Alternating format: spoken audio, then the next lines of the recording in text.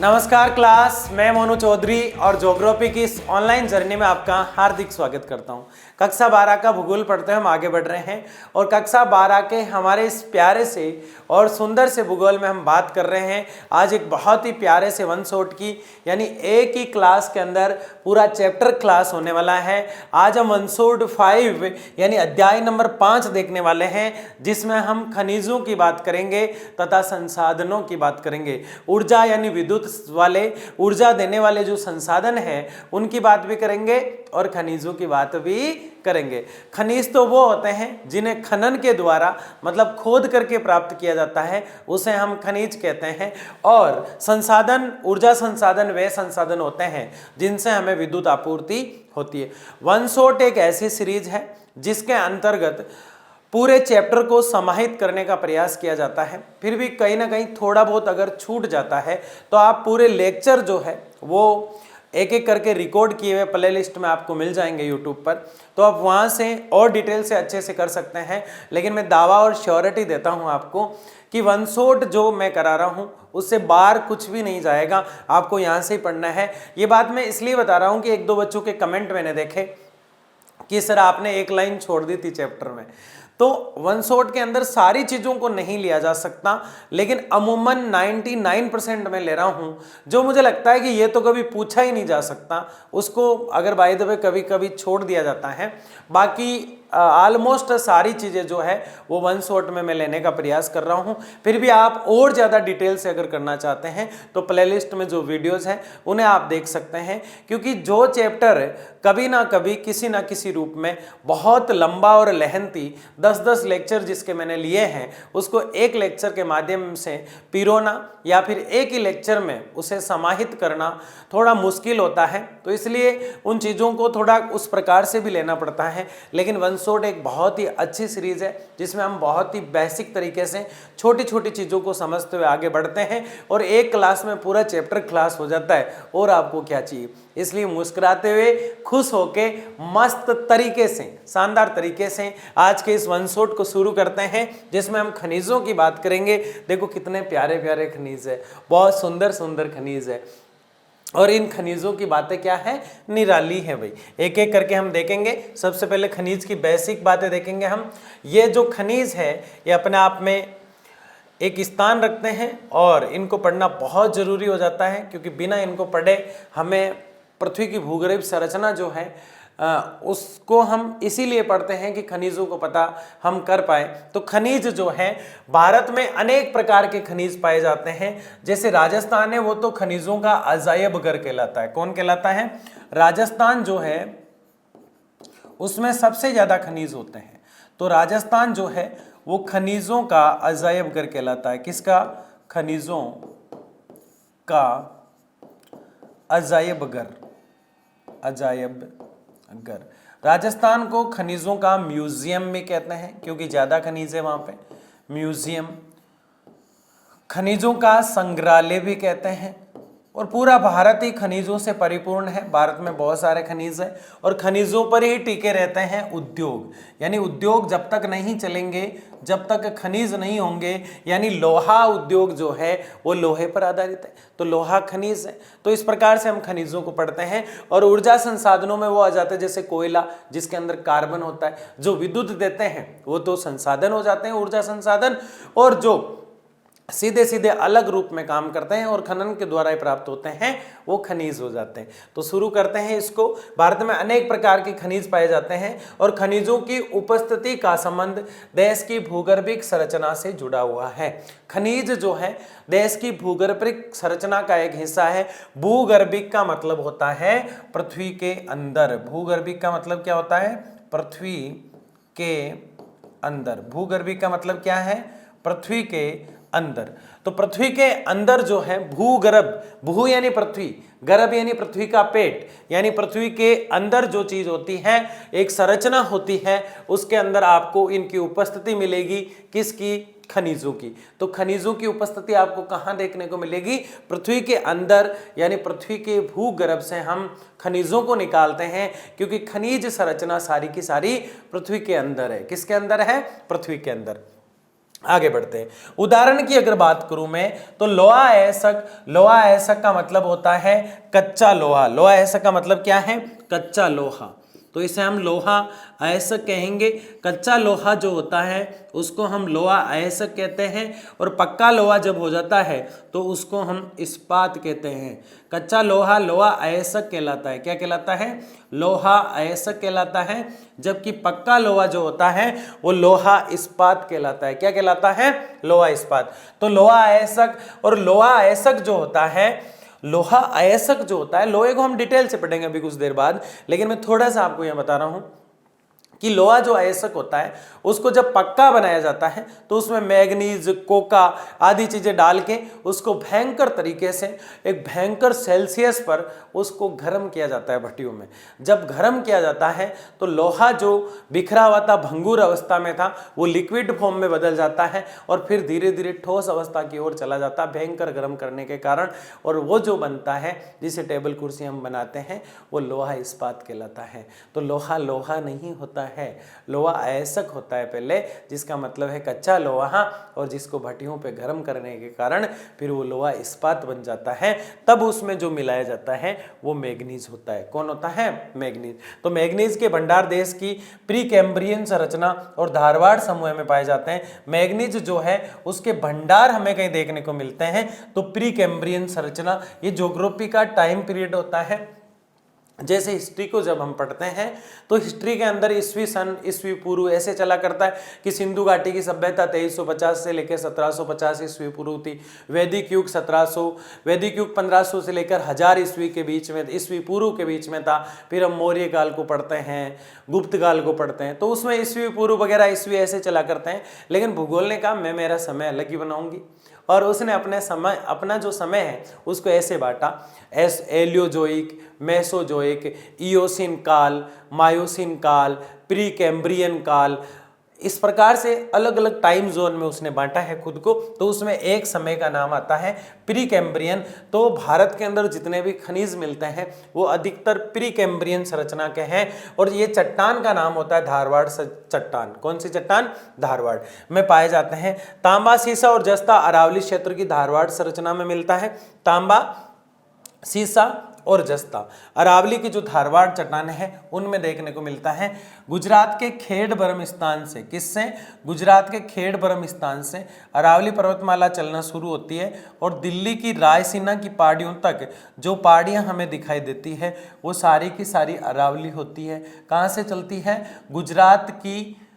गुजरात का खेड़ ब्रह्म जो स्थान है वहां से चलती है, और दिल्ली की रायसीना की पहाड़ियों तक जो पर्वत श्रृंखला हमें दिखाई देती है वो अरावली पर्वतमाला है, जो कुल 692 किलोमीटर है। कितनी है?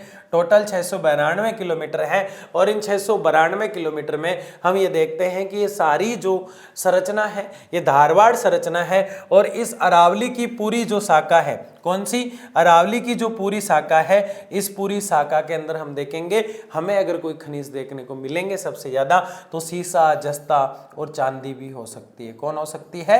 चांदी। तो सीसा, जस्ता, चांदी जो है वो मोस्टली अरावली, अरावली का मतलब होता है पर्वतों की लाइन। अरावली का मतलब क्या होता है? पर्वतों की लाइन। तो पर्वतों की लाइन जो होती है वो अरावली कहलाती है। जैसे दीपों की लाइन दीपावली कहलाती है, वैसे ही पर्वतों की लाइन क्या कहलाती है? अरावली। तो प्री कैम्ब्रियन संरचना में धारवाड़ समूह में पाए जाते हैं। तांबा, सीसा, जस्ता, चांदी जैसे जो हैं वो अरावली क्षेत्र में धारवाड़ संरचना में पाए जाएंगे। धारवाड़ और कुड़पा सेल समूह में धात्विक खनिज पाए जाते हैं। एक तो धारवाड़ जो चट्टानें होगी वो, और एक कुड़पा जो चट्टानें होगी, उन दोनों में ही धात्विक खनिज यानी धातु वाले खनिज पाए जाते हैं। चूना पत्थर जो होता है जिसे हम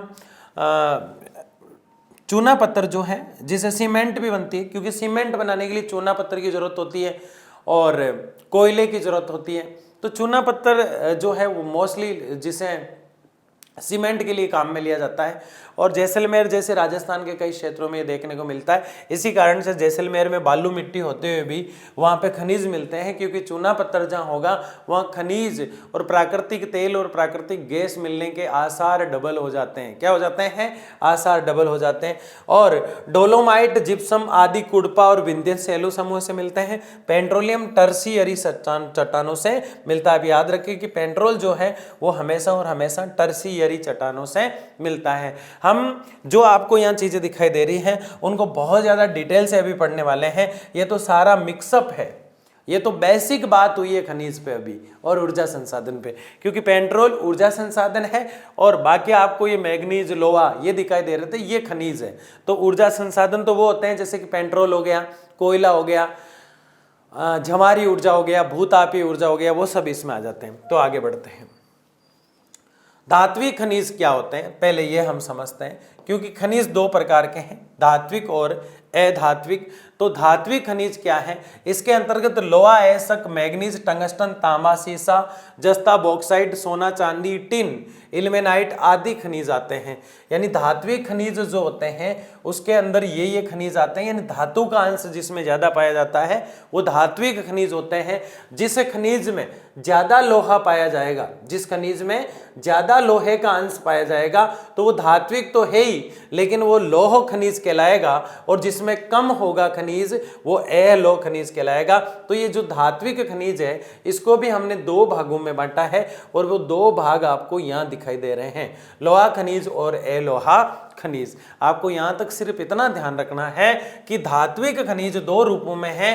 दो भाग कौन कौन से हैं इसके, तो एक तो लोहा खनिज और दूसरा अलोहा खनिज। धात्विक खनिज इसके अंतर्गत लोहा आ रहा है, आपको पता है लोहा कौन सा आ रहा है, जो कच्चा लोहा है वो आ रहा है, मैग्नीज आ रहा है, टंगस्टन आ रहा है, तांबा आ रहा है, सीसा आ रहा है, जस्ता आ रहा है, बॉक्साइट आ रहा है, सोना आ रहा है, चांदी आ रहा है, टिन आ रहा है और इल्मेनाइट आ रहा है। ये सारे के सारे खनिज है जो मोस्टली किस में आते हैं, धात्विक खनिज में आते हैं। और धात्विक खनिज दो रूपों में, लोहा और अलोहा खनिज। लोहा खनिज के अंतर्गत अब हम पहले तो हमने देखा कि धात्विक खनिज, पहले हमने क्या देखा, धात्विक खनिज, इसके अंदर मोस्टली काफी खनिज आ जाते हैं, उनके नाम अभी हमने देखे।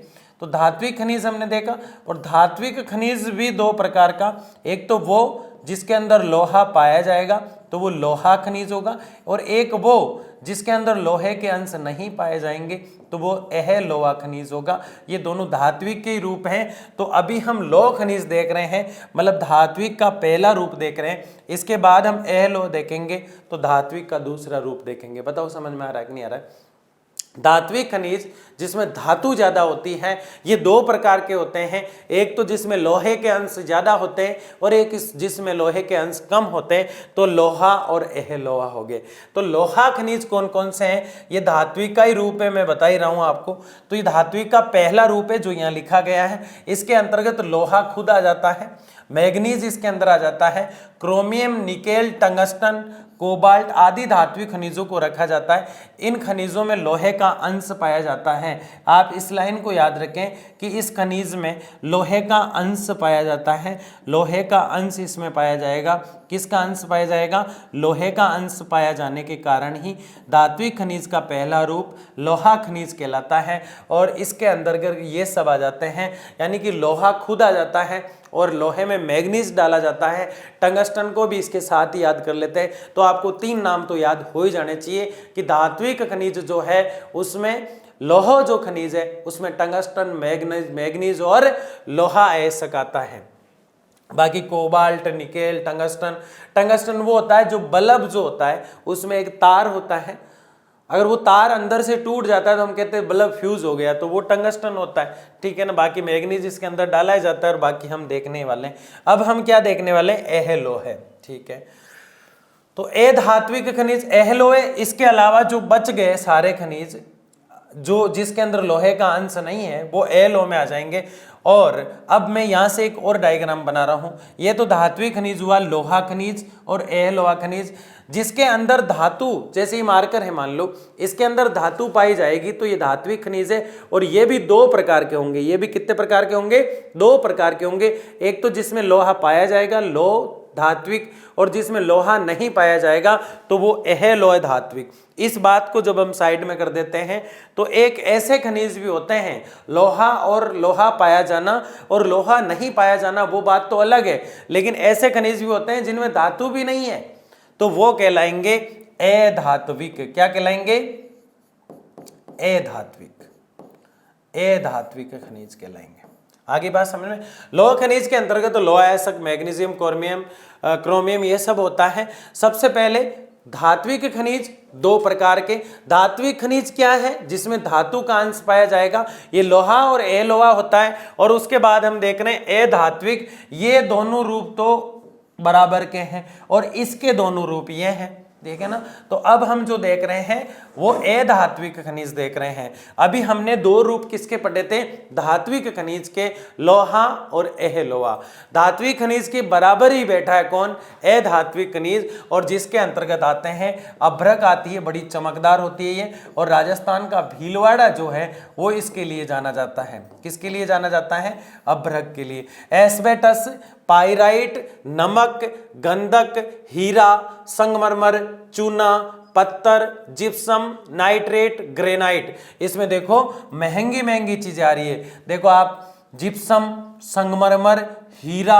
अब आप कहेंगे सर सस्ता भी तो है, तो सबसे सस्ता भी इसमें आ रहा है और सबसे महंगा भी इसमें आ रहा है नाइट्रेट। ग्रेनाइट महंगी होती है, हीरा महंगा होता है, संगमरमर महंगा होता है और जिप्सम महंगा होता है। बाकी अभ्रक भी महंगी होती है, बाकी सब सस्ते होते हैं। तो अधात्विक खनिज में ये आएंगे, ये कभी भी धात्विक खनिज में नहीं आएंगे, क्योंकि ये किस में आगे, अधात्विक खनिज में। तो अब तक हमने क्या पढ़ा है, याद करने वाली चीज कौन सी थी, अब तक याद करने वाली चीज सिर्फ इतनी है कि खनिज जो है वो दो प्रकारों में बांटे गए हैं, एक तो धात्विक और एक अधात्विक।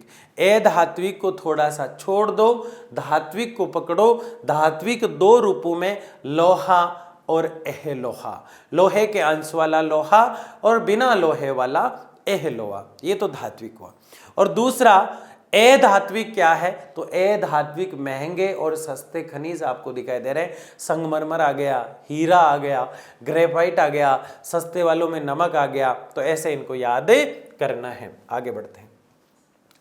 अब हम मोस्टली जो है उस जोन में आ चुके हैं जहां से हमें खनिजों को एक एक करके पढ़ना शुरू करना है। अब तक खनिजों की सिर्फ बेसिक चर्चाएं चल रही थी, यानी वो होता है ना, किसी को भयंकर जब प्यास लगी होती है तो वो ओस जो होता है, सुबह सुबह कोहरा जो होता है, उसको चाटते चाटते अपनी प्यास बुझाना चाहता है, लेकिन वहाँ उसको वो अपनी प्यास उस तरह से नहीं बुझा पाता है, तो फिर वो बहुत बड़े कुएं की तरफ जाता है। तो अब हम कुएं की तरफ बढ़ रहे हैं, क्योंकि ज्ञान जो है वो ओस चाटने से नहीं, कुएं के पास आने से होता है। और ये जो स्लाइडें हैं वो अपने आप में बहुत बड़ी स्लाइडें हैं और बहुत डिटेल से आपको खनिजों को समझाने वाली है। तो सबसे पहले हम देखेंगे लोहा अयस्क को देखेंगे। किसको देखेंगे, लोहा अयस्क में एक बात हम यही याद कर लेते हैं कि लोहा अयस्क 4 प्रकार का होता है। कितने प्रकार का होता है, 4 प्रकार का होता है। कितने प्रकार का होता है, 4 प्रकार का। और सबसे अच्छा लोहा जो होता है वो मैग्नेटाइट होता है। कौन सा होता है, फिर इसके बाद आता है हेमेटाइट आता है। कौन आता है इसके बाद, मैग्नेटाइट के बाद हेमेटाइट आता है, फिर लिमोनाइट आता है और फिर सिडेराइट आता है। कौन सा आता है, सिडेराइट। तो हम चारों को ही देखने वाले हैं, कोई दिक्कत नहीं। लोहा जो है 4 प्रकार का होता है और लोहे को भट्टी में गर्म किया जाता है। लोहा जो अयस्क होता है उस लोहे अयस्क को भट्टी पे गर्म किया जाता है और गर्म करते वक्त इस भट्टी के अंदर मैग्नीज डाला जाएगा। क्या डाला जाएगा, मैग्नीज डाला जाएगा। इस भट्टी के अंदर कोका डाला जाएगा। इस भट्टी के अंदर क्या डाला जाएगा, कोका डाला जाएगा। इसमें मैग्नीज और कोका डालकर जब इससे तैयार लोहा बनता है तो उस लोहे को हम कहेंगे लोहा इस्पात। इसको हम क्या कहेंगे, लोहा इस्पात के नाम से इसको जाना जाएगा। अब हम लोहे को और डिटेल से पढ़ते हैं। भारत में एशिया का विशालतम लोहा अयस्क संरक्षित है। भारत जो है अपना सुंदर जो सोने की चिड़िया कहलाता था, उस भारत में एशिया के पूरे लोहे को देखा जाए तो भारत अपना स्थान अव्वल रखता है। यानी भारत के पास लोहे की कमी नहीं है, भारत के पास बहुत सा लोहा है, क्योंकि एशिया का जो विशाल भंडार है वो सबसे ज़्यादा, पूरे एशिया महाद्वीप का सबसे ज़्यादा लोहा है, तो वो भारत के पास है। एक महत्वपूर्ण संरक्षण ये रखता है। हमारे यहाँ 4 प्रकार का लोहा होता है। कितने प्रकार का लोहा है, 4 प्रकार का। आपको याद रखना है, मैग्नेटाइट 1 नंबर वाला लोहा है, उसके बाद हेमेटाइट 2 नंबर वाला है, और लिमोनाइट 3 नंबर वाला है, और सिडेराइट 4 नंबर वाला है। इसको मैं याद करता हूं तो कैसे करता हूं, tight tight night right, tight tight night right. कैसे याद किया, टाइट टाइट यानी मैग्नेटाइट और हेमेटाइट, नाइट राइट मतलब लिमोनाइट और सिडेराइट। लिमोनाइट जो होता है और सिडेराइट वो होता है, दोनों घटिया लेवल के होते हैं। हेमेटाइट ठीक ठाक होता है। सबसे अच्छा यानी सर्वोत्तम जिसको हम कह सकते हैं वो जो लोहा होता है वो कौन सा होता है? मैग्नेटाइट। इनमें हेमेटाइट एक मैग्नेटाइट प्रमुख है। इसमें हेमेटाइट और मैग्नेटाइट यानी 1 और 2 की बात ये कर रहा है, ये महत्वपूर्ण है। लोहा अयस्क में उत्पादन में भारत का स्थान पूरे विश्व में चौथा है और एशिया में महत्वपूर्ण स्थान रखता है। यानी पूरी दुनिया की मैं अगर बात करूं तो भारत के अंदर लोहा कितना है? भारत चौथे स्थान पर आता है। भारत किस स्थान पर आता है? भारत लोहे में चौथे स्थान पर आता है। कौन से स्थान पर आता है भाई? चौथे स्थान पर। बात समझ में आ रही है? एशिया में तो एक महत्वपूर्ण स्थान रखता ही है लोहे के अंदर। कौन रखता है? भारत। लेकिन वैसे भी भारत महत्वपूर्ण स्थान होते हुए भी पूरे विश्व में चौथा स्थान लेके कूद जाता है। लोहा कितने प्रकार का? Magnetite, hematite, limonite, siderite. एक बार उल्टा बोल रहे, सिडेराइट, लिम्बोनाइट, हेमेटाइट, मैग्नेटाइट। याद हो जाएगा ना? सबसे अच्छा, सबसे उत्तम, सर्वोत्तम मैग्नेटाइट। कौन सा होता है? क्योंकि लोहे में होता है कार्बन, जिसके अंदर ज्यादा कार्बन होगा यानी जलने की क्षमता, जिसके अंदर एक अच्छी क्वालिटी की पनपता होगी। जैसे कोयला होता है उसको भी कार्बन के आधार पर देखा जाता है, तो लोहे को भी कार्बन या लोहा अंश के रूप में देखा जाता है। तो लोहा अंश जिसमें ज्यादा होगा वो अच्छा होगा। इसमें हेमेटाइट और मैग्नेटाइट प्रमुख होते हैं, बाकी दोनों घटिया होते हैं। वो लोहा अयस्क उत्पादन में भारत का स्थान विश्व में चौथा है। ठीक है ना? अब हम क्या करने वाले हैं? अब हम हेमेटाइट, मैग्नेटाइट, लिम्बोनाइट, सिडराइट इनको थोड़ा थोड़ा देखेंगे कि इनकी क्या क्वालिटी होती है। मैंने बस बता ही दिया आपको कि मैग्नेटाइट, हेमेटाइट ठीक ठाक होते, मतलब ठीक होते हैं। लिम्बोनाइट और सिडराइट तो बिल्कुल ही घटिया होते हैं। हेमेटाइट बिल्कुल ठीक नहीं, अगर थोड़ा थोड़ा ठीक होता है, जबकि मैग्नेटाइट बहुत अच्छा है। जितनी तारीफ की जाए उतनी कम है। आगे देखिए, अब हम देख रहे हैं सबसे पहले सबसे उत्तम को, और ये जो आपको दिखाई दे रहा है ये बहुत ही प्यारा सा, बहुत ही सुंदर सा, लेकिन ये कैसा दिखाई दे रहा है? ये काला दिखाई दे रहा है। अब आप समझ गए होंगे कि मैग्नेटाइट सबसे अच्छा है लेकिन काला है, सांवला है। कैसा है? काला है। तो मैग्नेटाइट काला है। मैग्नेटाइट कैसा है? काला है। काला होने के साथ साथ साथ सर्वोत्तम है, यानी सबसे उत्तम है। कैसा है भाई? सर्वोत्तम है, सबसे उत्तम है।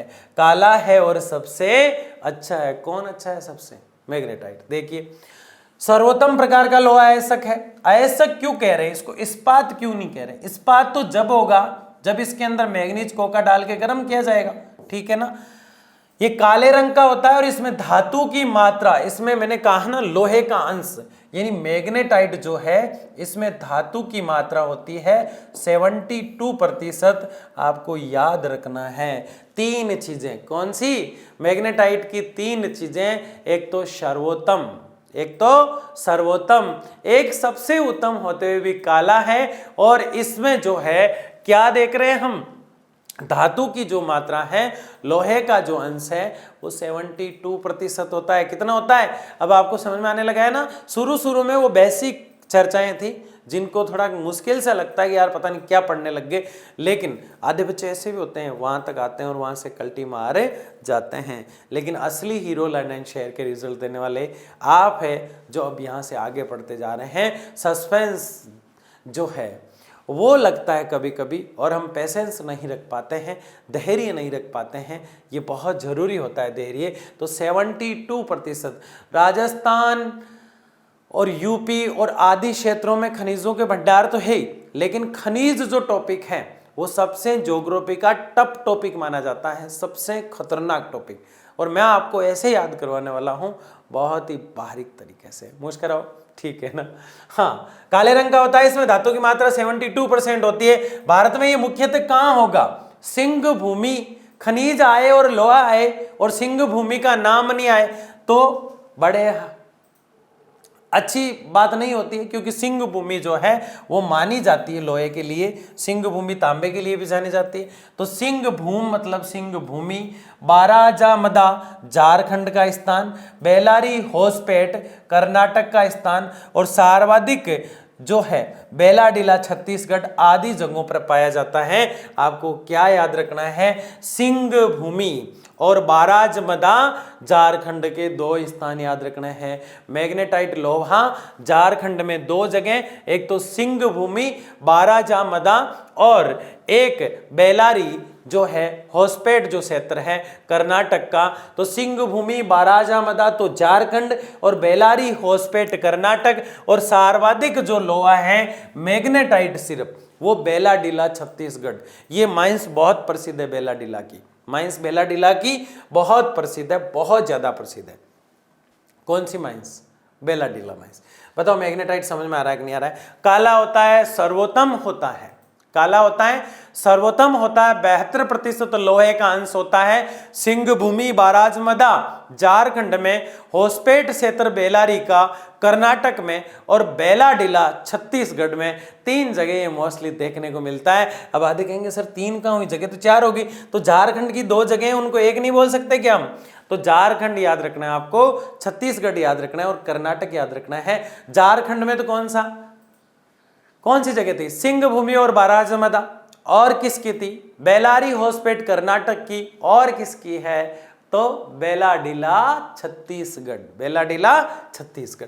यूं सिंपल मैग्नेटाइट कंप्लीट। कौन कहता है कि कठिन है? कुछ भी कठिन नहीं। आगे देखिए, मैग्नेटाइट जी जैसे ही गए, लोहा 4 प्रकार का था, और काले वाले जैसे ही निकले तो लाल वाले आए क्या? नहीं सर, भूरा है। तो लाल और भूरा दोनों है, लाल और भूरा दोनों है। जैसे ही लोहा निकला, कौन सा? मैग्नेटाइट जो सबसे उत्तम था, फिर काला था, 72% था। कर्नाटक जैसे, छत्तीसगढ़ जैसे अन्य कई राज्यों में भी वो देखने को मिलता था। लोहे के 4 प्रकारों में मैग्नेटाइट हमने पढ़ा, और मैग्नेटाइट के तुरंत बाद मैंने कहा टाइट मतलब मैग्नेटाइट के बाद हेमेटाइट, फिर नाइट्राइट करना है, ठीक है ना? तो मैग्नेटाइट के बाद कौन आया? हेमेटाइट। हेमेटाइट कहता है कि भाई साहब मैं काला वाला नहीं हूं, लेकिन मेरे को गुस्सा बहुत आता है और मैं गुस्से में लाल और भूरा दोनों हो जाता हूं। ये तो खुद कंफ्यूज है, हेमेटाइट तो है ना। क्या कह रहा है ये कि मेरा रंग लाल और भूरा है और मैं इतना बलशाली नहीं हूं जितना मैग्नेटाइट था। मैग्नेटाइट के पास तो लोहे का अंश 72% था, मेरे पास इतना नहीं है भाई साहब, मेरे पास तो 60 से 70% है। कितना है? उसके पास 72% लोहा अंश था, धातु का अंश था। किसका अंश था? धातु का। लेकिन इसके पास 60 से 72% धातु अंश है। कितना है? 60 से 72%, ठीक है ना। भारत में अधिकतर लगभग हेमेटाइट क्या कहता है? मैं काला नहीं हूं, मैं तो लाल दिखाई देता हूं, मैं तो भूरा दिखाई देता हूं। भले ही मेरे पास धातु का अंश इतना नहीं है, मेरे पास धातु का अंश 60 से 70% ही है, फिर भी पूरे भारत में आप जहां भी घूमने जाएंगे वहां सबसे ज्यादा मैग्नेटाइट को नहीं देखेंगे। गुण तो ज्यादा मैग्नेटाइट में है, मेरे में उससे कम है, लेकिन आप जहां जाएंगे मुझे ही पाएंगे, क्योंकि भारत के 58% पर मैं होता हूं। मैं मतलब हेमेटाइट होता हूं, है नहीं? हेमेटाइट कहां होता है? हेमेटाइट भारत के कई क्षेत्रों में होता है, और भारत के लगभग 58% जो है यही लोहा है चारों में से। इसका मतलब ये नहीं कि ये सबसे अच्छा है, लेकिन होता सबसे ज्यादा ये है भारत में। सबसे अच्छा तो हमेशा और हमेशा के लिए मैग्नेटाइट ही रहेगा, लेकिन सबसे ज्यादा कौन सा रहेगा? हेमेटाइट। उसमें धातु का अंश, इसमें धातु का अंश, उसका रंग इसका रंग, दोनों में कंपेयर करते जाना है। तो भारत का अधिकतर लगभग 58% 58 लोहा ऐसा इसी श्रेणी का है। ये मुख्यतः वो भी सिंहभूमि और बाराजमदा में था, झारखंड में। ये सिंहभूमि में ये भी मिलता है। ये बोला इसके साथ का साथ हूं मैं पहले तो, ठीक है ना। उसके बाद इससे पूछा गया और आप कहां हो, तो उसने कहा तुम उड़ते उड़ते याद करो, चाहे मयूर बन के उड़ो, चाहे मोहर बन के उड़ो, चाहे दूर दूर तक क्योंझर तक उड़ो, बड़ी सुंदर जगह जाकर उड़ो। क्योंझर, मयूर भंज और सुंदरगढ़ उड़ीसा के 3 जगह हैं, वहां भी देखने को मिलता है, और कर्नाटक और गोवा में भी मिलता है। बेलारी होसपेट कहाँ था? कर्नाटक में। वहाँ मैग्नेटाइट मिल रहा था, वहाँ ये लोहा भी मिलता है। तो 2 स्थान तो सेम ही हो गए ना। जो मैग्नेटाइट था उनमें 2 स्थान हमने ये भी पढ़े, एक तो होसपेट बेलारी कर्नाटक, और एक कौन सा? सिंहभूमि झारखंड। तो दोनों पे मैग्नेटाइट मिल रहा है, तो उसके आसपास उसी क्षेत्र में हेमेटाइट भी मिल रहा है, क्योंकि हेमेटाइट तो बहुत सी जगह मिलेगा। 58% यही लोहा है। धातु कितनी? 60 से 70। उसमें कितनी? 72। रंग काला, इसका लाल और भूरा, ठीक है ना। यहां तक आप समझ गए होंगे। उड़ीसा के मयूरभंज और क्योंझर, और याद करो मयूर उड़ता हुआ क्योंझर जाता हुआ, मयूर उड़ता हुआ क्योंझर, उड़ता हुआ मतलब उड़ीसा, उड़ीसा के कौन से मयूर, यानी मयूर उड़ता हुआ क्योंझर जाता हुआ बड़ा ही सुंदर तरीके से, मतलब सुंदरगढ़। तीनों याद हो जाते हैं। बताओ याद हो रहे कि नहीं हो रहे हैं? बिल्कुल हो जाएंगे। तो गोवा भी इसके अंदर आ जाता है। देखो मोर उड़ता उड़ता गोवा चला गया, मेरे को पता ही नहीं चला, है ना। हाँ, हम पढ़ चुके हैं मैग्नेटाइट और हेमेटाइट। अब हम बढ़ रहे हैं मेरे प्यारे साथियों लिमोनाइट की तरफ। जो चिल्ला चिल्ला के कहेगा मैं तो घटिया हूं, मैं तो क्या हूं? घटिया हूं। अच्छे तो वो थे, कौन? मैग्नेटाइट और हेमेटाइट। सबसे अच्छा मैग्नेटाइट, उसके बाद हेमेटाइट। बताओ टाइट, टाइट के बाद नाइट राइट होगी कि नहीं होगी? तो ये नाइट आ गया। इसके बाद सिडेराइट आएगा। चारों नाम याद हो जाना चाहिए। क्लास का क्लास में क्लास, एक ही क्लास में पूरा चैप्टर क्लास, और क्लास का क्लास में क्लास। मजे की बात है कि नहीं है? ये प्राय पीले रंग का होता है, वो काला था, और वो लाल और भूरा था, और ये कह रहा मैं पीला हूं। ये लगा क्या रखा है इन्होंने, है ना। मतलब जो चाहे वो बनते जा रही है ना। पीला कौन सा? लिमोनाइट। लाल और भूरा कौन सा? हेमेटाइट। और मैग्नेटाइट काला था। तो मैं अगर ये बोलूं कि लोहा जो है उसको 4 भागों में बांटा गया है, शुरू के 3 लोहे के नाम मुझे बोलने पड़े, तो मैं इनके नाम नहीं बोलकर ये बोल दूं काला, 1 नंबर वाला। समझ गए आप कौन सा होगा? दूसरा मैं बोल दूं लाल और भूरा, तो आप समझ आएंगे किसकी बात कर रहा हूं। और मैं बोल दूं सीधा ही पीला। देखो ये दिख रहा है पीला। आधे लोग कहते हैं सर ये तो गोबर है, क्यों पागल बना रहे हो? ये गोबर नहीं है, ये लोहा है। कौन सा लोहा है? लिमोनाइट लोहा है। इसका नाम ही देखो, इसमें जो है कार्बन। अब मैं और तरीके से लोहे का नाम बोलूं तो मैं कहूंगा 72%, तो आप समझ जाएंगे काले वाले की बात कर रहे हैं। और काला वाला कौन सा है सबको पता है। मैं 60 से 70% धातु अंश की बात करूं तो आप समझ आएंगे कि लाल और भूरे वाले की बात कर रहे हो। और मैं पीले वाले की बात करूंगा तो मैं बोलूंगा 40 से लेकर 60% धातु अंश पाया जाता है। तो बताओ संख्या याद हुई कि नहीं हुई? एक तो मैं 72 बोलूं, एक में 60 से 70 बोलूं, और एक में 40 से 60 बोलूं। तीनों कड़ियां याद हो जाती है। यानी प्रत्येक लोहे में 3 ही तो चीज याद कर रहे हैं। चौथे तो क्षेत्र है। चौथे कौन से? क्षेत्र। काला बोलूं, लाल भूरा बोलूं, पीला बोलूं, तीनों याद होते हैं। कार्बन की धातु अंश की बात करूं, कार्बन तो कोयले में पाया जाएगा, इसमें धातु अंश पाया जाता है। कोयला भी 4 प्रकार का होता है, आगे हम देखेंगे इसी लेक्चर में, पता नहीं क्या क्या देखेंगे हम, ठीक है ना। मैं तो कहता हूं पूरे भारत की ज्योग्राफी इसी में डाल दी, खनिज और ऊर्जा संसाधन साथ साथ डाल दिए इसमें, ठीक है ना। आगे देखिए, तो 40 से 60 बोलूं तो लिमोनाइट आ जाएगा। पाया कहां जाएगा? तो पश्चिम बंगाल के रानीगंज में, पश्चिम बंगाल के रानीगंज में। बताओ झारखंड में सिंह भूमि में 2 लोहे पाए जाते हैं, एक तो मैग्नेटाइट और एक हेमेटाइट। और उड़ीसा में मयूरभंज, क्योंझर और आदि क्षेत्र जो थे सुंदरगढ़, वहां जो लोहा था उड़ीसा में वो कौन सा था? हेमेटाइट। और बरामजादा में कौन सा था? सर बरामदा में कौन सा था? बरामदा नहीं है, बरामजादा है, ठीक है ना। तो ऐसे इसको याद रखना है। तो लिमोनाइट याद हुआ कि नहीं हुआ? कैसा रंग है इसका? पीला रंग है। कैसा रंग है भाई? धातु का अंश कितना है? 40 से 60% है। धातु का अंश कितना है भाई?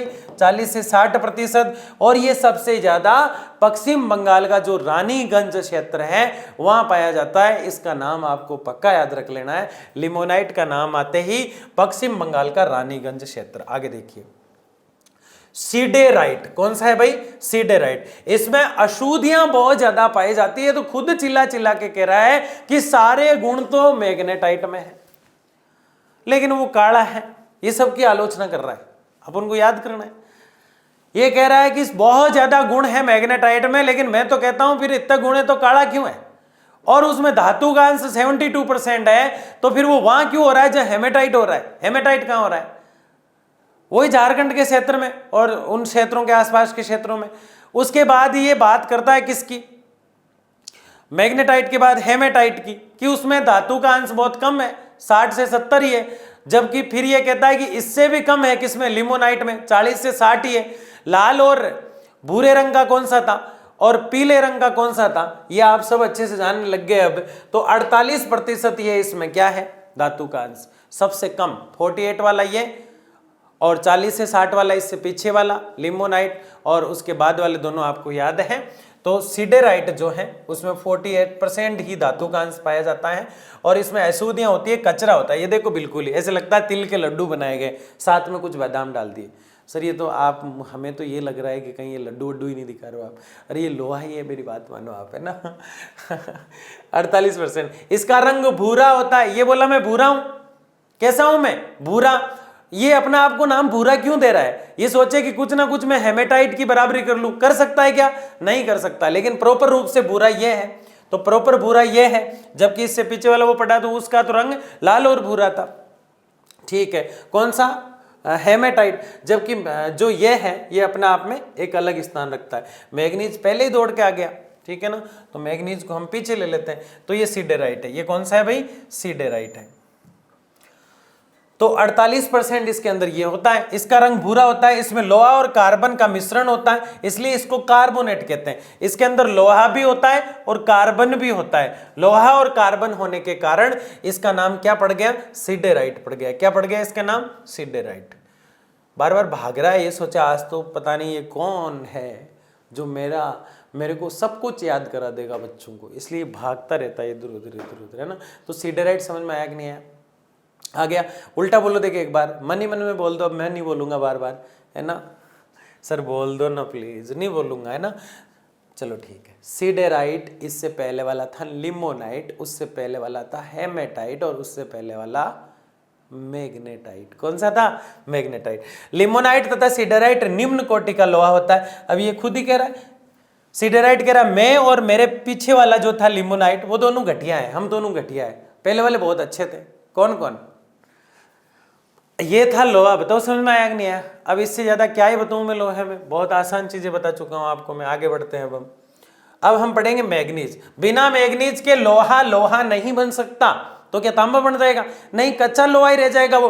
क्योंकि लोहा अयस्क जो होता है, लोहा अयस्क मतलब कच्चा लोहा, लोहा अयस्क मतलब कच्चा लोहा, इसे पक्का इस्पात बनाने के लिए, इन दोनों का आगे लोहा लिख सकते हैं हम। लोहा अयस्क को पक्का बनाने के लिए, लोहा इस्पात बनाने के लिए मैग्नीज डाला जाता है। और मैग्नीज जो है मुख्य रूप से अपघर्षक और जंगरोधी होता है। इस्पात बनाने के लिए इसका प्रयोग किया जाता है। तो हम तो शुरू से ही चिल्लाए जा रहे हैं कि इस्पात बनाने के लिए इसका प्रयोग किया जाता है। लोहा और मैग्नीज की मिश्र धातु बनाने, जो मैग्नीज है वो क्या क्या काम आता है? ये मैग्नीज है तो सबसे पहले तो लोहे के ऊपर जंग ना लगे, इसलिए इसको लोहे में डाल दिया जाता है। भट्टी के अंदर डाल दिया जाता है इसको भी, है ना, तो लोहे के अंदर डाल दिया जाता है। दूसरा, मिश्र धातु बनाने के लिए सूखी जो बैटरी होती है उसमें भी इसका काम किया जाता है। घरों के ऊपर जो रंग रोशन किए जाते हैं ना, कलर वगैरह, उसमें भी इसका मैग्नीज का प्रयोग होता है। और कांच की जो फैक्ट्रीज होती है उसमें भी इसका प्रयोग किया जाता है। तो कांच की फैक्ट्री में प्रयोग किया जाता है, रंग में प्रयोग किया जाता है,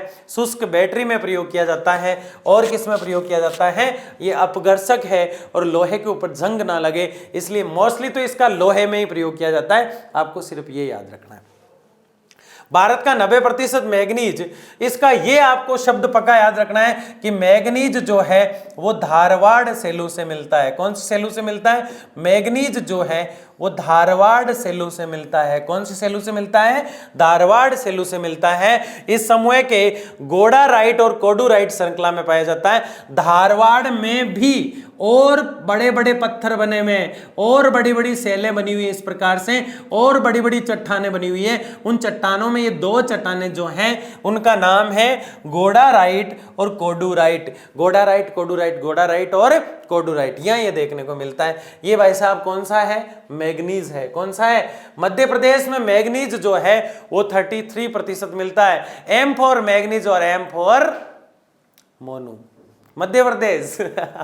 एम फॉर मध्य प्रदेश। उसके बाद फिर एम फॉर महाराष्ट्र। मैग्नीज तो खुद कहता है भाई साहब आप डरते क्यों? मैं याद करा रहा हूं कि मैं कहां मिलता हूं। मैग्नीज कह रहा है कि मुझे लेके आप कभी डरो ही ना भाई साहब, मैं तो खुद बता देता हूं।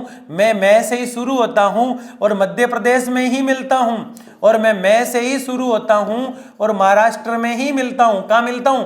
महाराष्ट्र में ही मिलता हूं। इन दोनों में मिलाकर मैं 50% से ज्यादा मिल जाता हूं। इसमें लगभग 33+% मिलता हूं और इसमें 27% से ज्यादा मिलता हूं। मैग्नीज खुद ही सब कुछ याद करा देता है, बड़ा गजब का है। मैग्नीज क्या काम आता है? मैग्नीज शुष्क बैटरियों में काम आता है। मैग्नीज रंग रोशन में काम आता है। मैग्नीज जंग ना लगे लोहे में, इसके काम आता है। मैग्नीज कांच की फैक्ट्रियों में काम आता है, मोस्टली तो लोहे को उबालने के काम आता है, लोहे को जंग से मुक्त करने के काम आता है।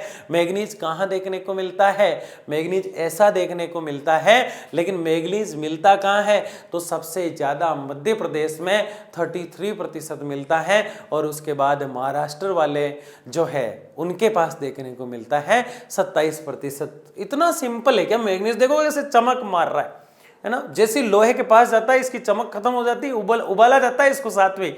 लोहा कितने प्रकार का याद करो माइंड में, ठीक है ना। मध्य प्रदेश और महाराष्ट्र की सीमा प्रदेश की सबसे महत्वपूर्ण मैग्नीज की पेटी पाई जाती है। जैसे कि ये तो मध्य प्रदेश है और ये महाराष्ट्र है, दोनों की जो बॉर्डर है वहां पे मैग्नीज ही मैग्नीज है भाई साहब। खोदने लग जाओ, मध्य प्रदेश वाले इधर आके बैठ गए, महाराष्ट्र वाले इधर आके बैठ गए, दोनों खड्डे खोद रहे हैं, क्योंकि वहां पे क्या है, किसी को कहना मत बताओ क्या है वहां पे। और वहाँ मैग्नीज है मध्य प्रदेश और महाराष्ट्र की बॉर्डर पर, उसी को पेटी कहा गया, उसी को क्या गया, पेटी कहा गया। इसका विस्तार मध्य प्रदेश के बालाघाट छिंदवाड़ा में, मध्य प्रदेश में बाला ने छेद करके मैग्नीज निकाल लिया, ऐसे याद रखना है इसको। मध्य प्रदेश में कितना था? 33%। कितना था? 33%। कौन सी जगह में है मध्य प्रदेश में? तो बालाघाट छिंदवाड़ा में है। तो ऐसे याद रखना है कि मध्य प्रदेश में बाला आया, बाला एक नाम है व्यक्ति का, वो आया, उसने छेद करके पृथ्वी के अंदर से और सारा मैग्नीज चुटकियों उड़ा लिया, तो बालाघाट छिंदवाड़ा। महाराष्ट्र की बात करें तो महाराष्ट्र में जैसे ही छेद करने लगे तो बाहर नाग निकल के आ गया, तो नागपुर याद रखना है। महाराष्ट्र में क्या याद रखना है? नागपुर याद रखना है। बताओ याद हो रहा है कि नहीं हो रहा है? हो रहा है कि नहीं हो रहा है? महाराष्ट्र वालों ने क्या किया? छेद किया था। किसने किया था? बाला ने। तो बालाघाट और छिंदवाड़ा याद हो जाता है। और मध्य प्रदेश वालों ने ऐसा किया, महाराष्ट्र वालों ने जैसे ही छेद किया उसकी तरह क्या निकल के? कोबरा, नाग, तो नागपुर याद हो जाता है। इतना सिंपल मैग्नीज। फिर लोग कहते हैं खनिज ट्रप होते हैं क्या? बताओ मुझे कमेंट बॉक्स में। नहीं होते हैं ना? आगे बढ़ते हैं। क्या बात है, बॉक्साइट, इससे बनता है एल्यूमिनियम, और जिसमें सबसे ज्यादा जरूरत पड़ती है बिजली की। बॉक्साइट से क्या बनता है? एल्यूमिनियम। बॉक्साइट से क्या बनता है? एल्यूमिनियम। इसको पढ़ते हैं। बॉक्साइट अयस्क का प्रयोग, यानी बॉक्साइट खुद कुछ भी नहीं है, इसकी वैल्यू तो जब होती है जब इसको मिला दिया जाता है, और इससे फिर तैयार होता है क्या? एल्यूमिनियम। क्या तैयार होता है भाई? एल्यूमिनियम। बॉक्साइट की खुद की वैल्यू नहीं है, इससे एल्यूमिनियम जब बनता है ना, जब इसकी वैल्यू होती है। बिना एल्यूमिनियम के तो ये कुछ भी नहीं है। किसके बगैर नहीं है? एल्यूमिनियम के बगैर। तो एल्यूमिनियम जो है वो बनाने के लिए बॉक्साइट का प्रयोग किया जाता है। और क्या प्रयोग करेंगे इसका गजब गजब इस्तेमाल होता है। मैग्नीज की तो इज्जत वाली बात थी कि वो जंग को हटाता था, वो कांच में काम में लिया जाता था, लेकिन बॉक्साइट की तो बेइज्जती है, इसको चमड़े में काम में ले लिया जाता है। किसमें? चमड़े को रंगने के लिए इसको काम में लिया जाता है। फिर ये बोला कि यार ये क्या कर रहे हो भाई साहब, तो इसको उठा के पेट्रोल में डाल दिया, क्योंकि ये पेट्रोल को साफ भी करता है। तो बॉक्साइट जो है उसका प्रयोग एल्यूमिनियम बनाने में किया जाता है, उसका प्रयोग चमड़ा जो है उसको रंगने में किया जाता है, पेट्रोल को साफ करने में किया जाता है। तो बताओ शुष्क बैटरी में किसका इस्तेमाल होता है? तो वो मैग्नीज का इस्तेमाल था। किसका इस्तेमाल था? कांच में रंगने में, कांच उद्योग में रंग रंगने में, दीवारें रंगने में, जो है जंग को हटाने में मैग्नीज का प्रयोग हो रहा था, और बॉक्साइट एल्यूमिनियम बनाने में। और इसकी बेइज्जती से याद रखना है इसको, यानी इसको हल्के में लिया गया। एक चीज़ तो अच्छी दे दी, इसको एल्यूमिनियम इससे बनाया जाता है, लेकिन दो चीज़ें बड़ी बेइज्जती वाली दी है। ये मैं आपको याद कराने के लिए कह रहा हूँ। इसका मतलब ये नहीं है कि बॉक्साइट कम चीज़ है, बॉक्साइट बड़ी खतरनाक चीज़ है। देखो दिखाई दे रहा है ना आपको, ये रहा बॉक्साइट, कितना चमकीला दिखाई दे रहा है। एक अंग्रेज का सिक्का पड़ा हुआ है यहाँ पे, ये भी मैंने ले लिया इमेज में, दिख रहा है आपको? ठीक है ना? बताओ किस किस को ये सिक्का दिख रहा है? हाँ सर दिख रहा है, ये लिख देना, मुझे ये पता चल जाएगा आप यहाँ तक पढ़ते हो। आधे लोग 5 मिनट तक पढ़ते हैं, फिर 10 मिनट तक पढ़ते हैं, और जो लास्ट तक पढ़ता है वही तो टॉप करता है। बोर्ड के एग्जाम कितने पास में और कितने हल्के में ले रहे हो आप, गलत बात है ना। पेट्रोल में डाला जाता है, पेट्रोल साफ करने के लिए नमक को भी साफ किया जाता है इससे। कितनी बेइज्जती कर रहे हैं रे बॉक्साइट की। हाँ बाबा रे बाबा, बचाओ कोई इनको, है ना। चमड़ा के लिए साफ करने के लिए इसको काम में ले लेते हैं, नमक को साफ करने के लिए काम में ले लेते हैं, पेट्रोल को साफ करने के लिए काम में लेते हैं। बॉक्साइट जो है कूट कूट के रोने लग जाता है भाई साहब। मैग्नीज को तो आप इतनी इज्जत दे रहे थे, उसके बगैर लोहा इस्पात नहीं बन सकता, और मुझे इतने हल्के में ले रहे हो। आगे देखिए, नमक साफ करने में किया जाता है। भारत में ये क्रिटेशस युगीन संरचना में पाया जाता है। क्रिटेशस युगीन संरचना। ये पर्वतों जो चट्टानें हैं उनका नाम है क्रिटेशस युगीन संरचना। इसकी उत्पत्ति का संबंध क्रिटेशस युगीन चट्टानों से के लेटराइजेशन से है, यानी इन चट्टानों में, इन पत्थरों में, यानी ये जिन पत्थरों के बीच में बैठा रहता है ना, वो जो पत्थर होते हैं उन्हीं को क्रिटेशस कहते हैं। बस बात खत्म। आगे बात समझ में, इतना लोड नहीं लेना है। ये क्या आ गया है सर, मेरी तो जिंदगी खराब हो गई, अब ये क्या आ रहा है आगे? अरे कुछ नहीं आ रहा है, छोटा सा नाम है क्रिटेशस। क्या नाम है? क्रिटेशस युगीन। आगे बढ़ते हैं। प्रमुख क्षेत्र कौन सा है? किसका क्षेत्र सर? हम कहाँ पढ़ रहे थे? अरे हम बॉक्साइट पढ़ रहे थे, जिसको चमड़े में, नमक में, पता नहीं पेट्रोल में, एल्यूमिनियम बनाने में, सब में काम में ले लेते हैं। ये कहाँ मिलता है? उड़ीसा के काला हांडी। अब इसके क्षेत्र ही देखो, काला हांडी मतलब काला जो बर्तन होता है उसको काला हांडी कहते हैं। रायगढ़ में, कंधामल में, कोरापुट में। इसके नाम ही बड़े अजीब अजीब है। बॉक्साइट को इतने हल्के में नहीं लेना, मैं तो आपको याद कराने के लिए कह रहा हूँ, बाकी ले लो, अपन को तो याद करना है, ठीक है ना। हाँ, उड़ीसा, कालाहांडी, रायगढ़, कंधामल, कोरापुट, यानी मोस्टली उड़ीसा में मिलता है। कहाँ मिलता है? उड़ीसा में। आगे बढ़े। ये क्या है सर? ये तो कछुआ है। आप ये मत कहते ना ये बॉक्साइट है। अरे ये बॉक्साइट ही है, कछुआ नहीं है। कभी तो आप किसी लोहे को गोबर बता देते हो जबकि वो पीला था, ठीक है ना। ऐसे नहीं बताना है। ये जो है ये वास्तव में बॉक्साइट ही है। क्या है? बॉक्साइट। उठा के दिखाऊं आपको, यूं देखो, बॉक्साइट है कि नहीं है? आगे बढ़ते। हाँ, तांबा।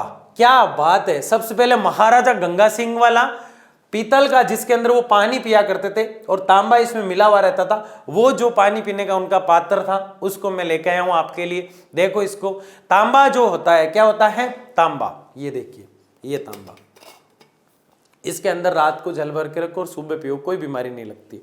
ये होता है तांबा, ऐसा दिखाई देता है। अब कई बार पूछ लेते तांबे का कलर क्या है, तो आधे बेचारे नहीं कर पाते। देखो ये कौन सा कलर है, तो कलर खुद ही उस चीज की एक वीडियो क्लिपिंग बना लिया करो माइंड में कि हाँ यार ऐसा दिख रहा था। सर ने बोतल दिखाई थी, वो तांबा था, और बोतल के पास ही एक महाराजा गंगा सिंह का जो जल पात्र था वो पड़ा था, तो तांबा पढ़ाया तो था सर ने, है ना। तो मैं आपको अभी तक क्या क्या पढ़ा चुका हूँ? अभी तक मैं आपको लोहा पढ़ा चुका हूँ, मैग्नीज पढ़ा चुका हूँ और बॉक्साइट पढ़ा चुका हूँ। जिसने ध्यान से पढ़ा है उसका क्लियर है, उसका क्लियर है, कोई चिंता नहीं करना, एक भी सवाल गलत नहीं होगा, है ना। आधे बच्चे चिल्लाते रहते हैं यूं ही कमेंट में, सर पता नहीं वो लाइन कहाँ रह गई, वो ये ढूंढते हैं कि इसमें लाइन कौन सी गायब है। अरे ये नहीं देखना है, बहुत प्यारी प्यारी चीज़ें, बहुत सी चीज़ें तो मैंने एक्स्ट्रा डाल रखी है, मतलब एक नेक्स्ट लेवल जिसे हम कह सकते हैं। तो देखो क्या बता रहा हूं मैं। तांबा जो है, तांबे का प्रयोग तो सब जानते हैं। बिजली के तार किसके बने होते हैं? तांबे के बने होते हैं। रेडियो के अंदर भी एक छोटी मशीन रहती है, वो तांबे से बनी हुई रहती है। किससे बनी होती है? तांबे से। और तांबे से हम ढेर सारी धातु बनाने वाले हैं अभी कुछ देर बाद। तांबे से अलग अलग प्रकार की धातु बनाई जा सकती है। तो तांबा जो है, इसका प्रयोग बिजली के जो तार होते हैं उनमें किया जाता है। मशीनें जो होती है बड़ी बड़ी, वो बनाने में किया जाता है। रेडियो में माई एफएम जो बोलता है उसमें भी तांबे का प्रयोग किया गया है। टेलीफोन जो हम बात करते हैं उसमें भी तांबे का प्रयोग किया जाता है। मिश्र धातु बनाएंगे अभी तांबे से, तांबे से हम सोना भी बना देंगे अभी कुछ देर बाद। सर बताओ पहले बताओ तांबे से सोना कैसे बनाओगे? अभी बनाएंगे, थोड़ी देर बैठे रहो आप, ठीक है ना।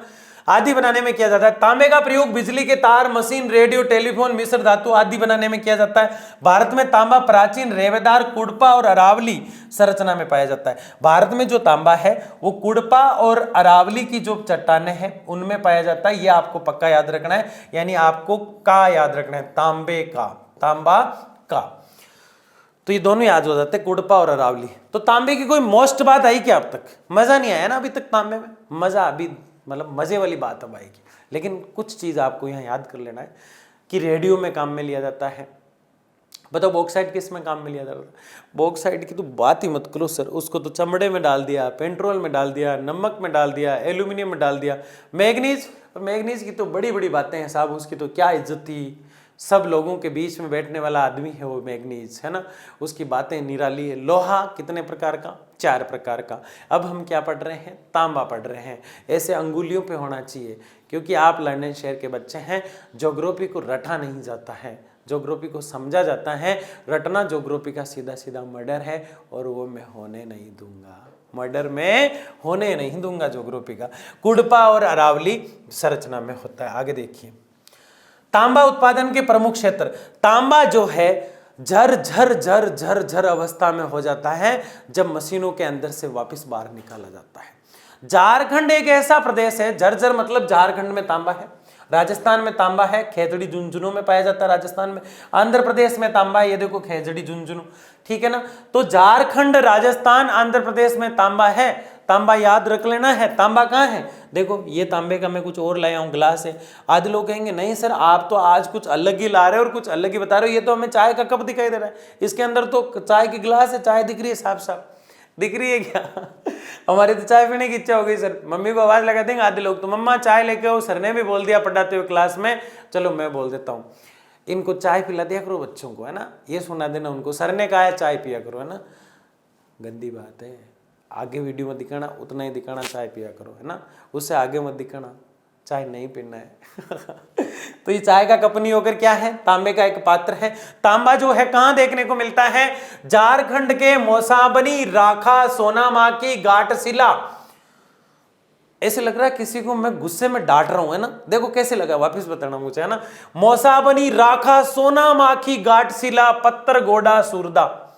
आपको भी ऐसे याद करना है ना, ऐसे गुस्से में याद करना है। आपको सिर्फ झारखंड याद रख लेना है, ज्यादा नहीं हो तो झारखंड का जो पत्थरगोड़ा और घाटशिला है वो दो नाम आपको याद रख लेने हैं।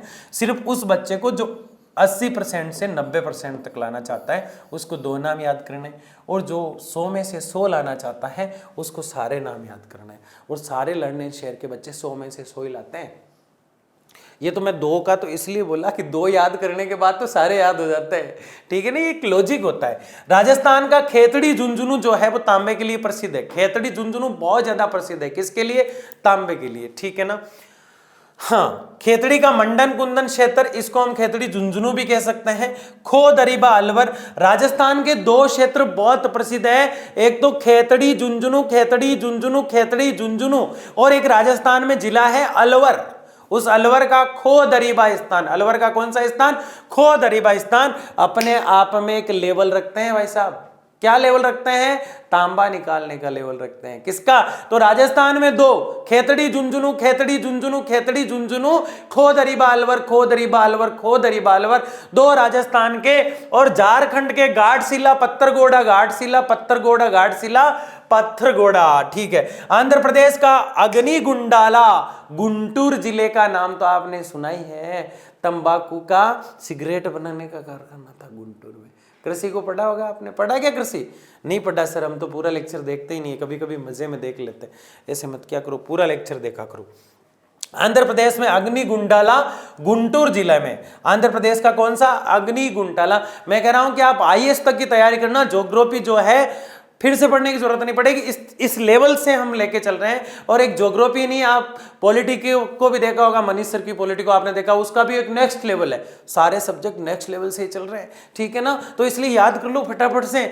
बताओ झारखंड की कौन सी जगह, वो सीधी सीधी दिखाई दे रही है, घाटशिला और पत्थरगोड़ा। राजस्थान की खेतड़ी झुंझुनू और खो दरीबा अलवर, और किसकी है, और लास्ट में आ रहा था आंध्र प्रदेश, जिसका गुंटूर जिला याद करना है, और गुंटूर में अग्निगुंडाला जो क्षेत्र है। तो तांबा तीन नाम याद कर लो, झारखंड, राजस्थान, आंध्र प्रदेश, झारखंड, राजस्थान, आंध्र प्रदेश। मध्य प्रदेश का मजलखंड क्षेत्र भी आता है, और सिक्किम का रांगपो नदी है, सिक्यू डिक्यू क्षेत्र भी आता है।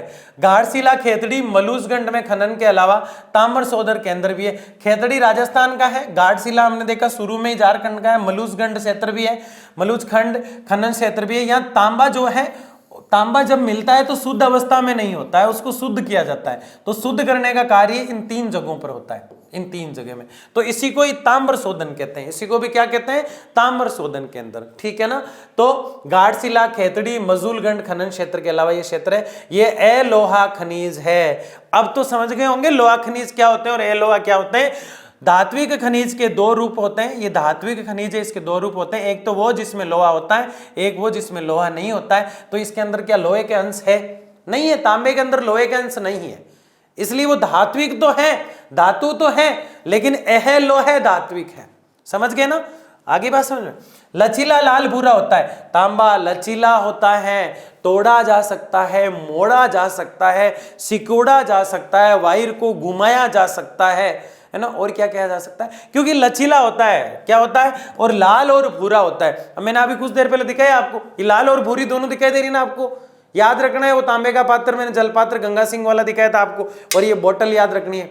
आवाज आ रही है क्या इसकी, है ना, कैसा दिखाई दे रहा है, तांबा, तांबा लचीला लाल भूरा। अब इंटरेस्टिंग चीज करते हैं, मैंने कहा ना सोना बनाऊंगा तांबे से, कहा था ना मैंने, किसी को मत बताना बाहर जाके कि सर तांबे से सोना बना रहते हैं या तांबे से सोना बनाया जा रहा है। देखिए कैसे बनाते हैं, देखिए, हाँ तैयार होके बैठ गए बिल्कुल, हाँ सर आज तो सीख ही लेंगे, बोलो तांबे से सोना कैसे बनाया जाएगा, रातों रात अमीर हो जाएंगे। तो सबसे पहले पीतल बनाएंगे हम। सबसे पहले तांबे से क्या बनाएंगे, तांबा जो है उसके अंदर जस्ता डाल दो, तांबा जो है उसके अंदर जस्ता डाल दो, पीतल बन जाएगा। नहीं सर पीतल वीतल छोड़ो, पहले सोना बनाओ। हम तो तैयार होकर बैठे हैं कि सोना कैसे बनाओगे, पहले आलू से सोना बनता था, अब किससे बन रहा है, अब तांबे से सोना बनाया जा रहा है। बनाऊंगा मैं, देखना आप, थोड़ा इंतजार करो।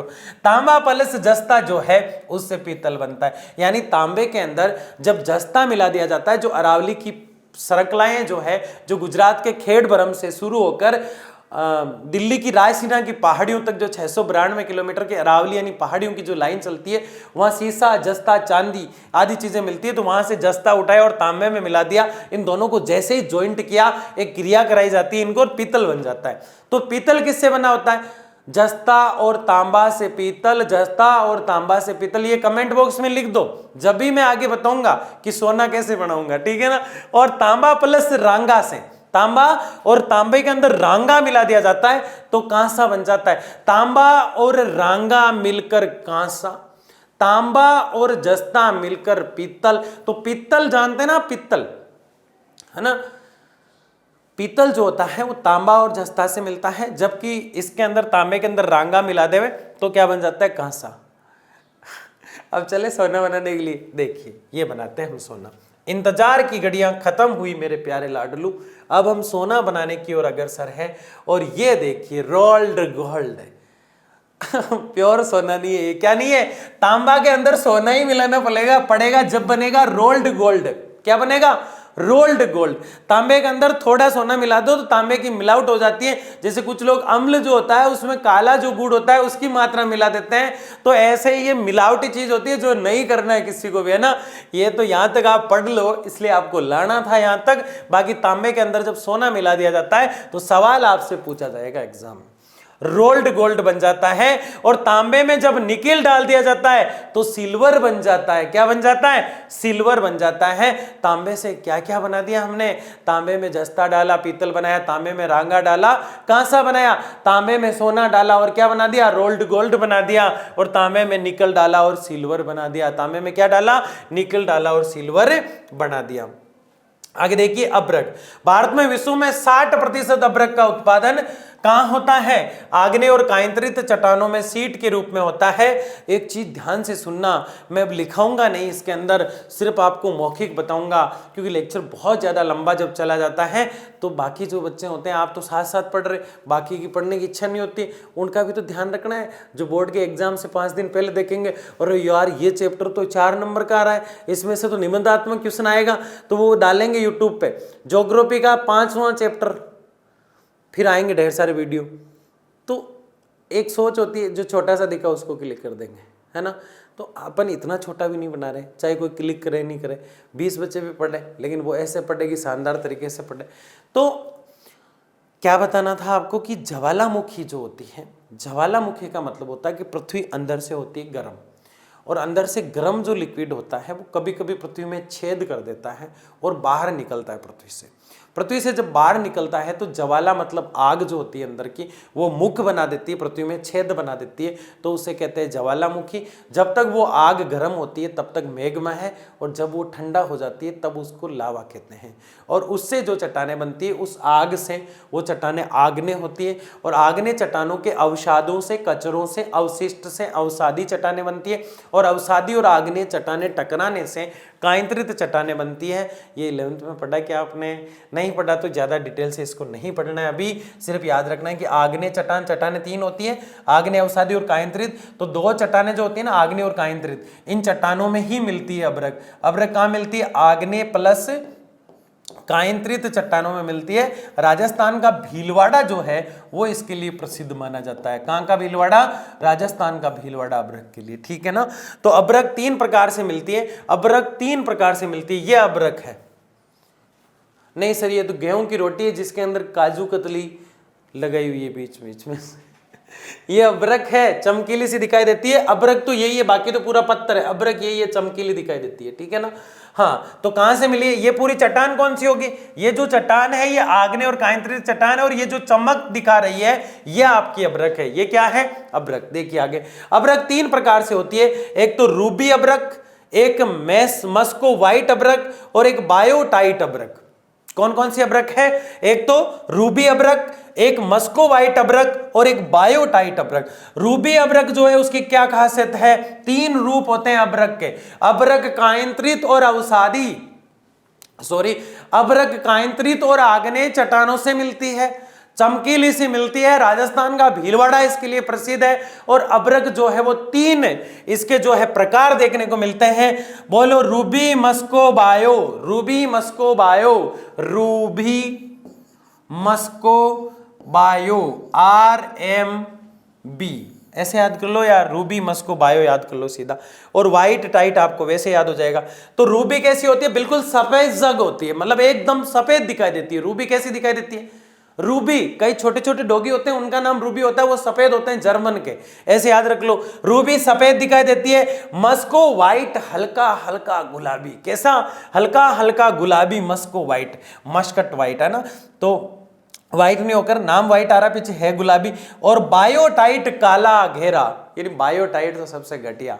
कौन सा? काला रंग है इसका बायोटाइट का, काले से तो कोई घटिया नहीं हो सकता। मैग्नेटाइट काला था, फिर भी गुण देखो उसके, जितने भी काले लोग हुए उनके गुण बहुत अच्छे थे। जैसे APJ अब्दुल कलाम, सैल्यूट करने की इच्छा होती है कि नहीं होती है?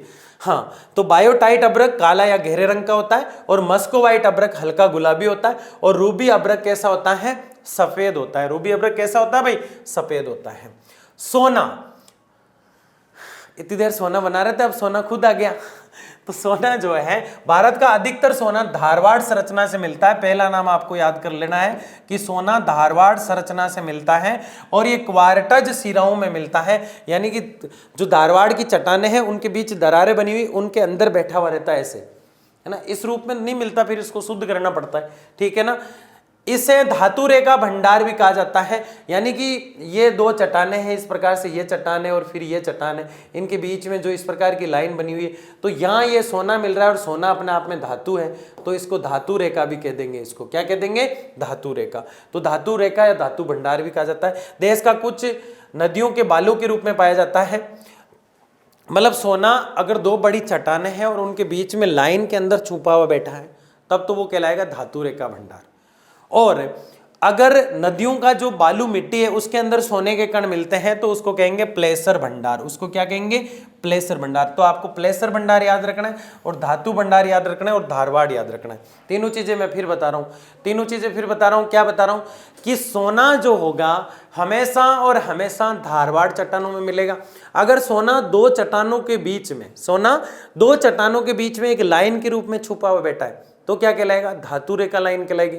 और अगर बालू मिट्टी के अंदर आपको छोटे छोटे सोने के कण मिल जाते हैं, किसके कण मिल जाते हैं? फिर तो मजे ही मजे हैं, सोने के कण मिल जाते हैं, तो उसको हम क्या कहेंगे? प्लेसर रेखा। उसको हम क्या कहेंगे? प्लेसर रेखा या प्लेसर भंडार। आगे देखिए, अब हम जो बात करेंगे वो सोना उत्पादन के प्रमुख क्षेत्रों की करेंगे। मतलब सोना कहाँ कहाँ मिलता है?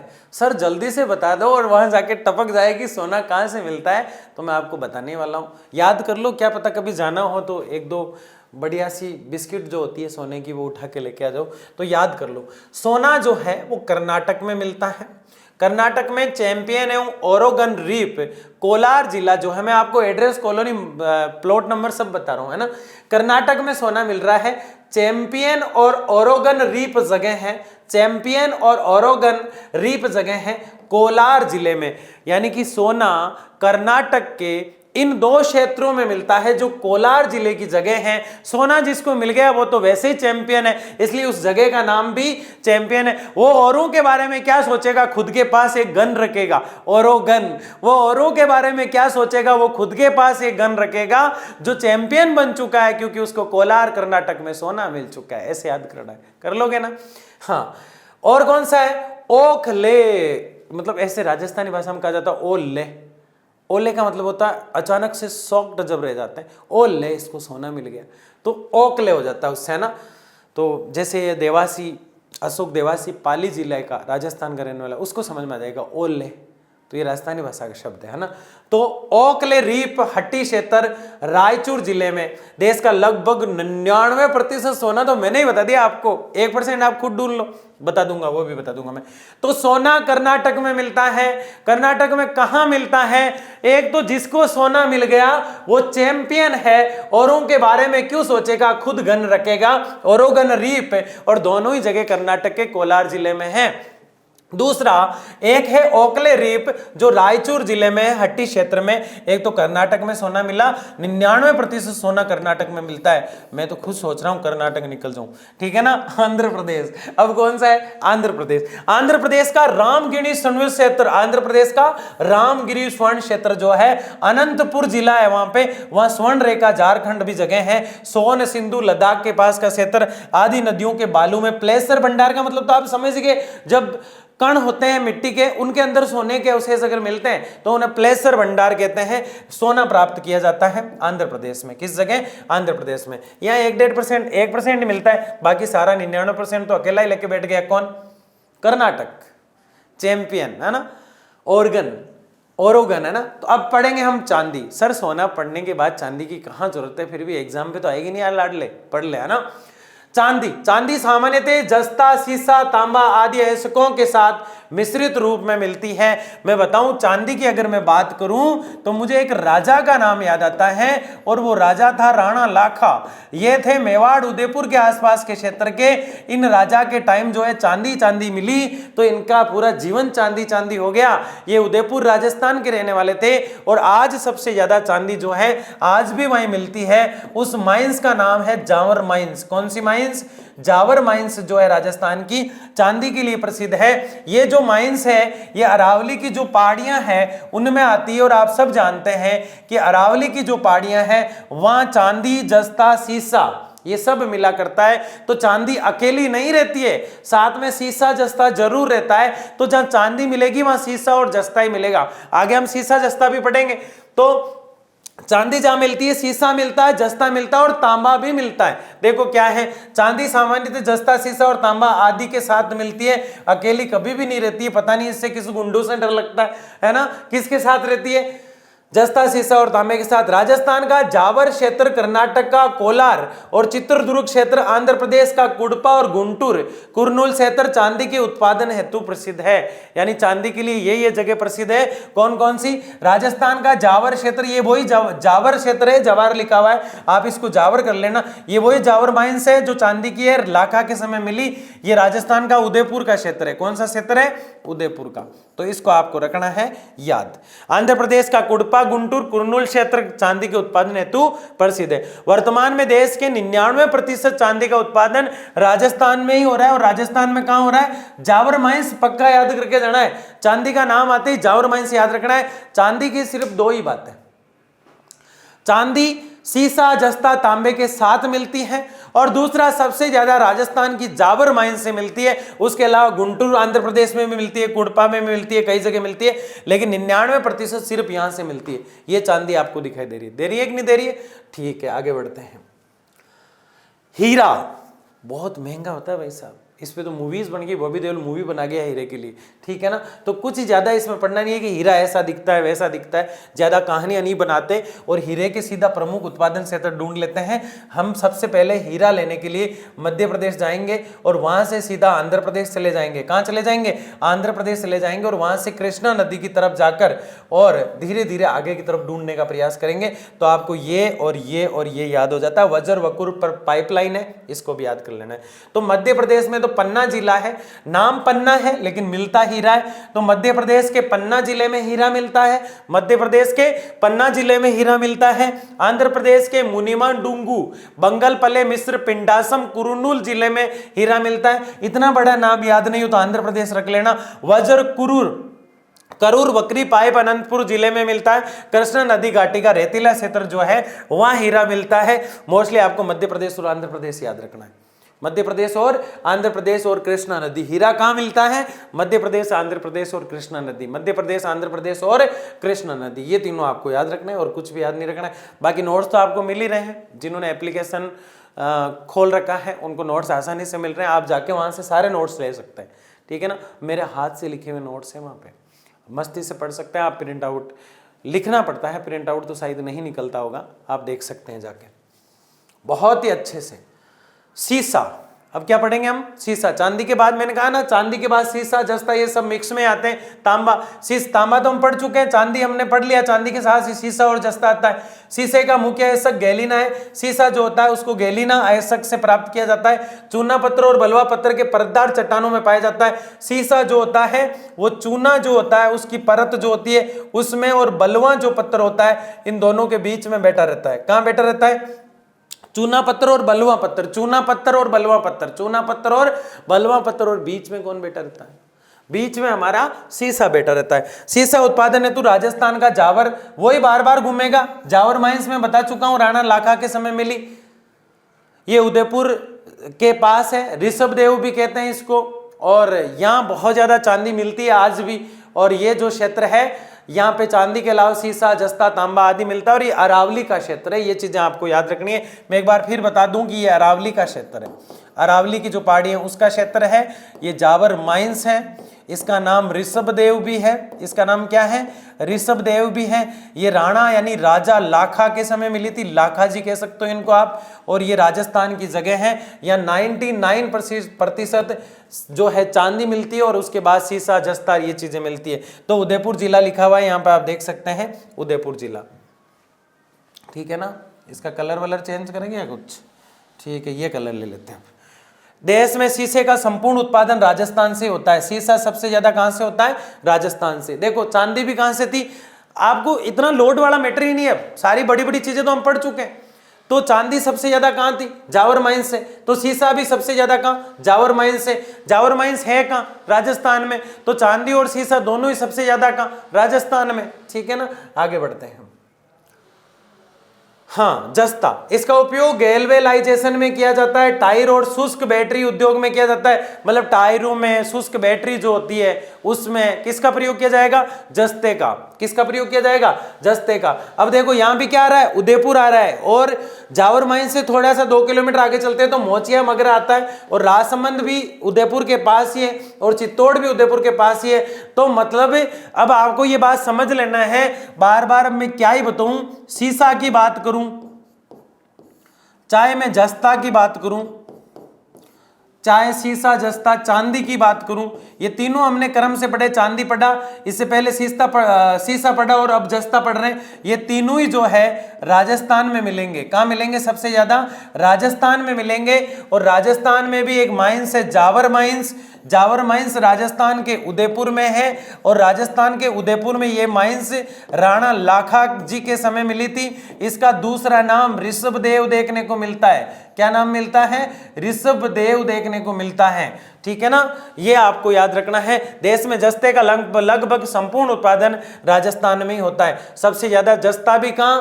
राजस्थान में। चांदी भी कहां? राजस्थान में। और तांबा, खेतड़ी, झुंझुनू, तांबे के लिए आपको थोड़ा सा अलग याद करना है, खेतड़ी, झुंझुनू और खोदरीबा।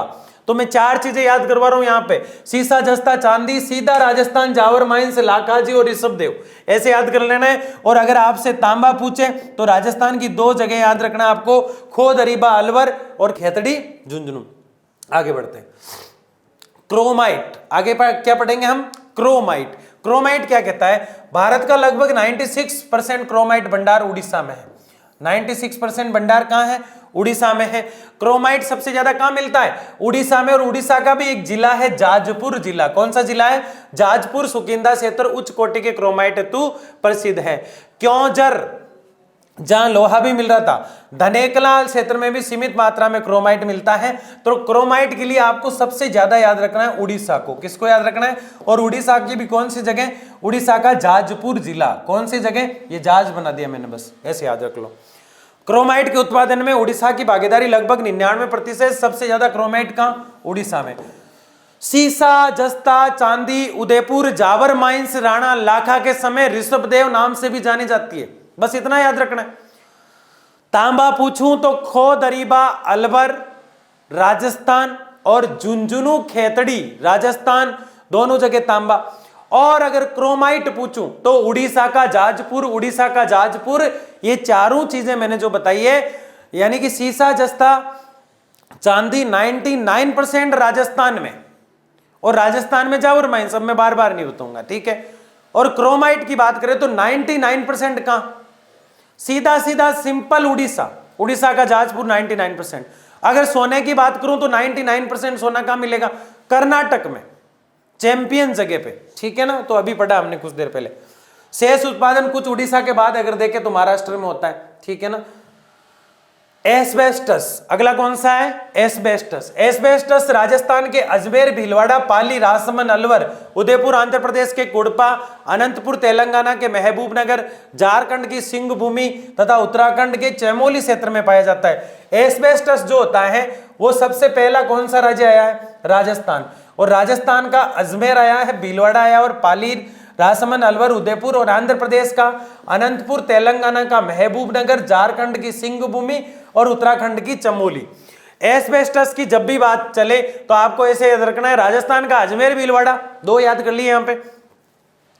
उसके बाद राजसमंद का अजमेर, भीलवाड़ा, आंध्र प्रदेश के कुड़पा, अनंतपुर, तेलंगाना का महबूबनगर, झारखंड की सिंह भूमि, उत्तराखंड का चमोली। क्योंकि यह तो है राज्य, यह है उसकी जगह, यह है राज्य और यह है इसकी जगह, यह है राज्य और यह है इसकी जगह, और यह है राज्य और यह है इसकी जगह, सारी की सारी। राजस्थान में कुल सिंचित भंडार का एस्बेस्टस अकेले राजस्थान में 59% पाया जाता है। तो लास्ट के हमने जितने भी खनिज देखे हैं, तो मैंने शुरू में जब लेक्चर शुरू हुआ था तब मैंने आपको कहा था, क्या कहा था? मैंने कहा था राजस्थान खनिजों का अजायब घर कहलाता है, राजस्थान खनिजों का संग्रहालय कहलाता है, राजस्थान खनिजों का म्यूजियम कहलाता है। क्योंकि राजस्थान सर्वप्रथम आता है किसमें? सीसा, जस्ता, चांदी, सीसा, जस्ता, चांदी, और क्या था इसके साथ? अभी जो हम देख रहे हैं एस्बेस्टस, इसमें भी राजस्थान में 59% एस्बेस्टस है, ठीक है ना। तो आगे बढ़ते हैं।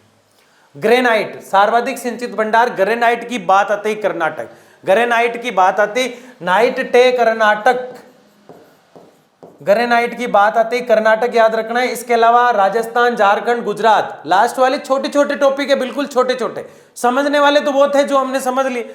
तो गुजरात का स्थान आता है, किसका आता है? गुजरात। कर्नाटक में इसका राजस्थान, झारखंड, गुजरात आदि का स्थान आता है। स्लेट पत्थर, ये मुख्यतः मध्य प्रदेश, आंध्र प्रदेश, हरियाणा में पाया जाता है। स्लेट पत्थर कहां पाया जाता है? मध्य प्रदेश, आंध्र प्रदेश और हरियाणा में। और सैंडस्टोन कहां पाया जाएगा? राजस्थान में। बलुआ पत्थर भी कहते हैं सैंडस्टोन को।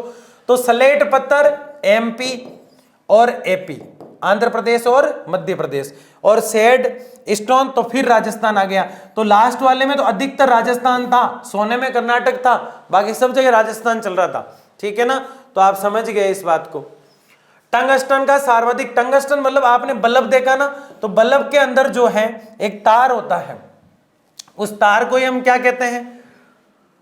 उस तार को ही हम टंगस्टन कहते हैं। बल्ब, जो बल्ब होता है इस प्रकार से, इस बल्ब के अंदर एक तार लगा रहता है, इसको हम टंगस्टन के नाम से जाने जाते हैं। और ये प्रसिद्ध है राजस्थान का ही। कहाँ का प्रसिद्ध है? राजस्थान में बहुत ज्यादा होता है। राजस्थान में दो जगह हैं, एक तो डेगाना भाकरी क्षेत्र है। कौन सा क्षेत्र है? डेगाना भाकरी। और दूसरा है सिरोही का वालदा क्षेत्र। ये दोनों ही राजस्थान के हैं, सिरोही वालदा। यानी लास्ट में मैं स्पीड से पढ़ाने का मतलब है कि अधिकतर राजस्थान का आ रहा है। कहाँ का आ रहा है? राजस्थान का। तो एक्स्ट्रा कुछ याद ही नहीं करना है, तो कंफ्यूजन क्रिएट होता ही नहीं है, ठीक है ना। तो टंगस्टन का सर्वाधिक संचित भंडार जो है राजस्थान में 2 जगह मिलता है। इसके अलावा सबसे ज्यादा अगर बात करें तो राजस्थान यहाँ दूसरे नंबर पर है, पहले नंबर पर कर्नाटक है, क्योंकि यहाँ 42% है अब, तो 42% टंगस्टन मिलता है, जबकि राजस्थान में 27% मिलता है। टंगस्टन की बात हम करें तो कहाँ मिलता है टंगस्टन? कर्नाटक में और राजस्थान में। राजस्थान में कितना? 27%, ऐसा डायग्राम बना लेना है। कर्नाटक में 42%। ठीक है। टंगस्टन के उत्पादन हेतु राजस्थान का डेगाना खनन क्षेत्र नागौर जिले का प्रसिद्ध था, है ना। अब नहीं निकलता है, जो मैं लिखा चुका हूं, डेगाना भाकरी क्षेत्र। फ्लेसपार राजस्थान में मिलता है, तेलंगाना में मिलता है, आंध्र प्रदेश में, और कुछ भी याद नहीं करना है, राज्य याद करना है। कोरडम अधिकतर महाराष्ट्र में मिलता है, सिर्फ राज्य का नाम याद करना है, सिर्फ राज्य का नाम याद करना है, राजस्थान, तेलंगाना, ठीक है ना, और कुछ भी याद नहीं करना है। ग्रेफाइट सर्वाधिक अरुणाचल प्रदेश में मिलता है। कहाँ मिलता है? अरुणाचल प्रदेश में 37%, और उसके बाद जम्मू कश्मीर में 32%। सबसे ज्यादा कहाँ मिलता है? अरुणाचल प्रदेश में, और उसके बाद जम्मू कश्मीर में 32%। उड़ीसा एवं झारखंड इसके मुख्य उत्पादक राज्य हैं। उड़ीसा और झारखंड में मुख्यतः देखने को मिलता है। तो जम्मू कश्मीर में देखो कितना मिल रहा है, अरुणाचल प्रदेश में कितना मिल रहा है। ये आपका ग्रेफाइट है। ये क्या है? ग्रेफाइट। आगे बढ़ते हैं। निकेल 93% जो निकेल है वो अकेले और अकेले 93% जो निकेल है वो अकेले और अकेले उड़ीसा में मिलता है। सिर्फ और सिर्फ कहाँ मिलता है? अकेले और अकेले उड़ीसा में देखने को मिलता है। कौन? निकेल। ठीक है ना। आगे बढ़ते हैं।